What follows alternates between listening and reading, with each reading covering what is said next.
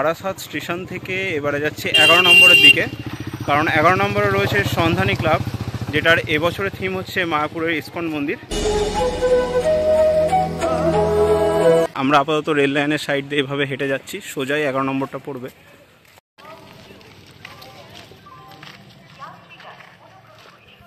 এবারে আমি চললাম সন্ধানী ক্লাব।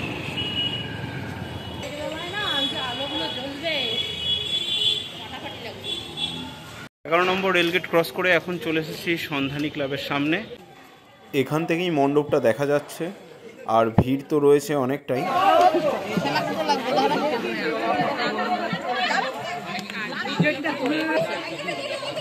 হয় না।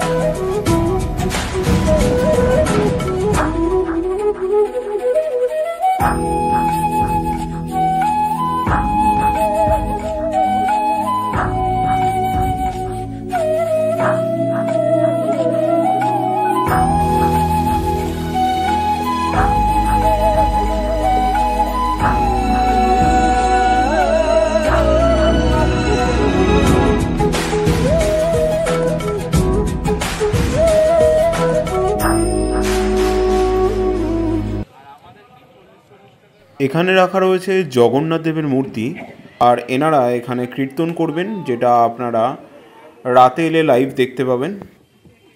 তবে মণ্ডপটিকে খুব সুন্দর সাজিয়ে তোলা হয়েছে, বিশেষ করে এই সাদার ওপর এই গোল্ডেন কাজ এবং প্রত্যেকটা ডিজাইন খুব সুন্দর হয়েছে।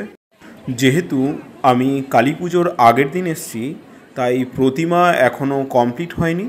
এনারা ভেতরে এখন প্রতিমাকে সাজিয়ে তুলছেন, তাই ভেতরে প্রবেশ করতে দিচ্ছে না। প্রতিমা সম্পূর্ণ হয়ে যাওয়ার পর ভেতরে প্রবেশ করা যাবে।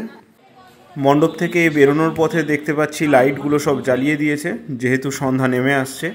মণ্ডপটা তো আমার বেশ সুন্দর লেগেছে, প্রতিমাটা আরও কাছ থেকে দেখলে ভালো লাগতো, আপনাদেরকেও দেখাতে পারতাম।